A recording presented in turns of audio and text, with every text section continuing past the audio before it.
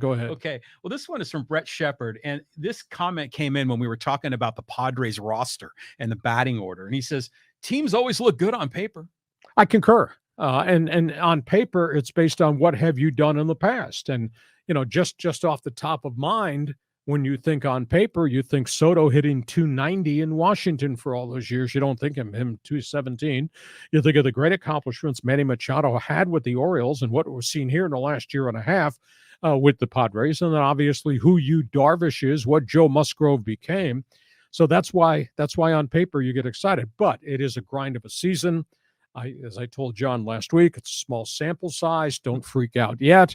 If we're sitting here in mid-June and somebody we know's got an ERA around 7 and somebody we know is struggling to get above 201, then we can start being critical. But on paper, based on past productivity, yeah. Yeah. My wife and I were just talking about this, and she just felt like she's so disappointed because our expectations were through the roof. I think everyone expected the Padres to come out like the way the Tampa Bay Rays have come out. And it's been tough. And so, imagine if they got Musgrove back in the rotation, if they get Tatis in right field, if Pomeranz kind of finds his way back onto this team, he can contribute. Oh, and then there's Robert Suarez is going to be coming back. In a few weeks, this team could be very different. Your wife just wonders why you say those things broadcasting from left field sometimes. On we go. Next question. All right, let's move on. We got some good YouTube comments here. And this one was an interesting one. This is when we did the YouTube video short about Kyrie Irving. And Taryn MM says, great player, questionable person is the best description of Kyrie I have heard. Well, I think he's poison based on track record. I don't care what the back of the basketball card says in terms of points and assists and rebounds and all that. Look at the end result and the wreckage he leaves behind him. That being said, Jason Kidd says he wants the guy back. Now, there's an intangible piece to this conversation. They had the exit meetings with Kyrie Irving and the rest of the Dallas Mavericks this week after, their seasons kind of crashed and burned to the end.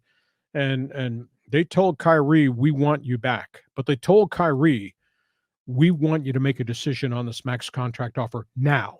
Mm-hmm. We don't want you dragging it out all summer long and then disappearing and going somewhere else. So if he wants to be there, he needs to commit to be there, and so they can go on with whatever building they can do around he and Luka Doncic. But it a lousy finish to the season. When Kyrie and Doncic played together, they were 5-12. 5-12.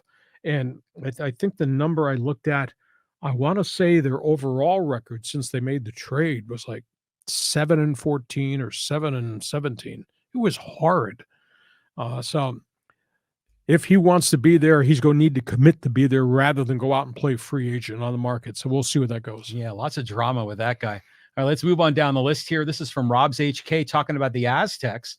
And he says, hey, it's real simple, Hacksaw. The Aztecs have accomplished the necessary foundation over the last 20 years with Fisher and Dutch. They own the Mountain West, but in order for them to become a national brand, they need to consistently make the tournament and win in the tournament. They need deep runs just like this year, and they need to win a national title within the next 3 to 5 years. Wow. They have to win at the biggest stage to take the next step. Well, everybody, I think, looks at what Gonzaga became. Small Catholic school, Spokane, Washington, how they've done that. Gonzaga's done it with European players, guys they developed, and guys who transferred in. So there's a big issue there. Can the Aztecs take it to the next level? What they did was a once-in-a-lifetime thing. Now, can they repeat that? Can they go a couple of rounds deep into the tournament and become a national team? Remains to be seen. I think there's an intangible thing here because we're also out there in the parking lot. We're waiting for the offer from the Pac-12 conference to come be our expansion member. One of the private concerns I have is how are they going to do this financially? Because everybody in the Pac-12 gives out a bigger number to every one of their athletes in the NIL. And I don't know that San Diego State's got more wealth that they can tap to be a player. I don't think being in the Pac-12 and offering you $2,000 a month as your NIL stipend is going to work when some of these other schools, notably at Oregon and at Southern Cal, are offering kids tons of money. Mhm. maybe six figures to a star player. So that's a thing that it's an intangible part of this equation of how they're going to do this financially. I have no doubt how great Dutcher can be. I have no doubt as a recruiter, as a sales pitch guy, as a teacher of the specialness of that defense, and as a leader of men, the Dutcher can do that. But I think what I fear in the Pac 12, more than the Mountain West, it's all about this. And I don't know if they got the ability to raise this in the NIL. Reaction? Yeah, well, they do. They got to figure something out. It's just as a side story, is at UC San Diego, they just raised $3 billion to help rebuild part of that campus. So there's a lot of money here in San Diego. If they go about fundraising, I think they can build on it. And there's no better time to cash in than now with the Aztecs. I agree. Next question. All right, let's move on here. This is from Paul Scherf talking about Austin Ekeler. Hey, it's real simple, Hacksaw. I'm sick of players signing a contract they have no intention of completing. How could it be the owner being cheap if nobody else wants to pay $6 and nobody is making significantly more? Well, I understand that the running back position has been devalued in the National Football League right now. And the fact that Zeke Elliott was told you're taking a pay cut from 10 down to 5. Now, the highest paid back is Christian McCaffrey. He's going to make $12 million this year in San Francisco. And he's really productive. But so is Austin Ekeler. I just think you need to take care of your marquee players. You did it for Keenan Allen, who was very productive. Mm-hmm. You did it for Mike Williams, who was productive when he was healthy. Don't you need to have the same standard to do it with Austin Ekeler?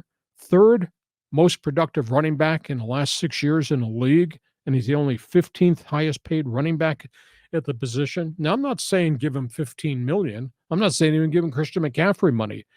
If I were king, I'd bump him immediately. I'd bump him from 6 to 10. He's earned that. He's outplayed the contract. Mm-hmm. And then next year, you have to negotiate starting at 10 next year. And if you can't get it done, then you franchise tag him. And the tag next year probably is going to be about $12 million. And then you work on 1-year contracts going forward. But just to create this aura of we don't care about you, you sign for 6, play for 6 when he's outproduced the $6 million figure. I think that's wrong. If I were a king, I would do that. I would not screw this thing up because they're so close to being so good, but he's an integral part of what's made them good. Am I right or am I right? No, yeah, you're right. I mean, if it's just no different than, when we go to work for some company, obviously there are market forces that determine what our salaries are, but sometimes businesses need to step up to retain their talent. And sometimes they have to overpay a bit. And this is, I think, one of those cases. On we go. Got another good question or two here before we wrap up our Thursday podcast. Yeah, we do. And this is from Cole Latshaw. He says, hey, Lee, great content. Super happy I stumbled across your account. One question I'd wonder is how are baseball purists and diehards, how receptive are they to these changes? Is shorter length of a game good thing for these people? Are paying customers happy with being given less entertainment for their dollar? Here in Philly, alcohol sales are cut off in the 7th inning. So you're essentially talking about less than 2 hours to have a beer and watch the game. And as a purist, I haven't been a fan of the changes like the reliever minimum batters faced and think the pickoff limit this year makes the game look comical. Well, Cole, I'm going to argue with on a whole bunch of things. I understand you beefing about beer. I was a kid growing up, and I grew up at Yankee Stadium, Ebbets Field Polo Grounds. Mm-hmm. In my mind's eye, the thing I remember watching the games with my dad, this guy walking down the aisle, cold beer. Yeah. I think what baseball has to address, and they're starting to address it right now, they're going to change the beer sales. Some of the clubs have already said we're going to sell beer through the 8th inning now. Mm-hmm. And I think they're going to hire more people to be walking down the aisles in games, cold beer. So I think that'll solve that problem for Cole. I like all the rule changes. We had a game that went an hour 57 last week, which is absolutely amazing.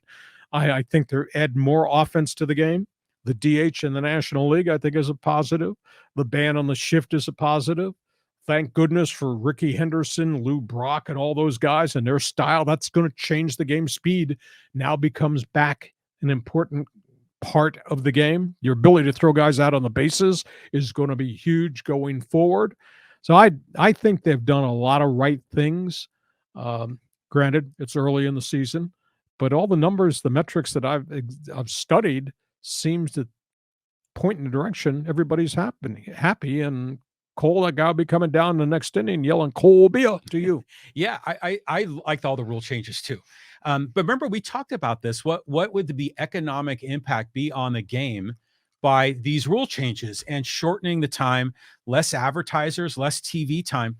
I would like to see. I mean, when you extend the beer cutoff from the 7th inning to the 8th inning, I mean, you don't want people, down in beers right before they drive off the stadium.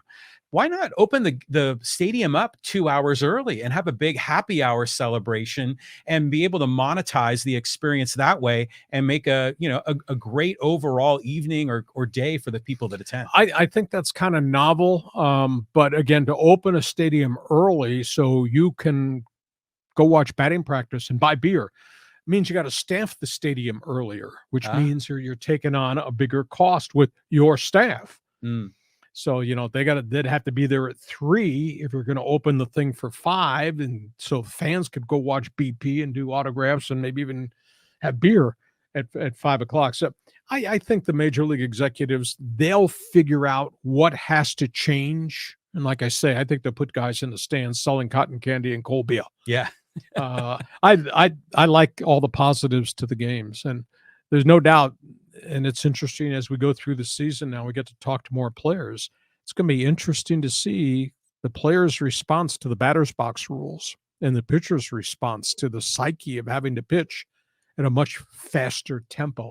I still think that's to be determined as to whether these guys, the players themselves, actually like it or dislike it or think it's a detriment to the game. Well, I think, even Manny Machado, you could tell he's still a little peeved by the changes, but they're trying to adjust to it. And I think they understand big picture. It's good for the sport. I like the fact there's the base running is electric now. And yeah, it's stressing out our Austin Nola, he can't make the throw as effectively, but it's just making the games a lot more exciting. And as an old time baseball guy, I like these changes. I think they're refreshing. And the game can sometimes drag, strikeout, walk, strikeout, home run. I mean, why not get some more of this athletic play in there? And in terms of the broadcast, you watch Padre baseball, you get the commercials between innings. Now, there's one less commercial per inning because they're getting back to play. Mm-hmm. And obviously you get the shorter commercial during pitching changes. But you watch during the course of the play-by-play when there's a bit of dead time, they flash on a 15-second commercial right there on the box. Yeah, they do. While Don and Mud are still yapping and yakking. Mm-hmm. So what you do is what baseball's done and what the rights holders have done is, okay, our inventory is our inventory, but now we have to reposition where the inventory goes. And now you start dropping in these 15-second, here's a word from, boom. Yeah. And then here's the next pitch. So it's the creative juice of how you package the game. Cole, everything we're talking about, I think, is a positive to baseball. Hey, listen, hope you've enjoyed our Thursday podcast. A reminder, we're back here normally on Mondays for bonus coverage, and we invite you to tell everybody about what we're doing on our podcast. Share, tweet, text, Instagram people. Let them know what we're doing with our podcast, and let them know about my website, LeeHacksawHamilton.com.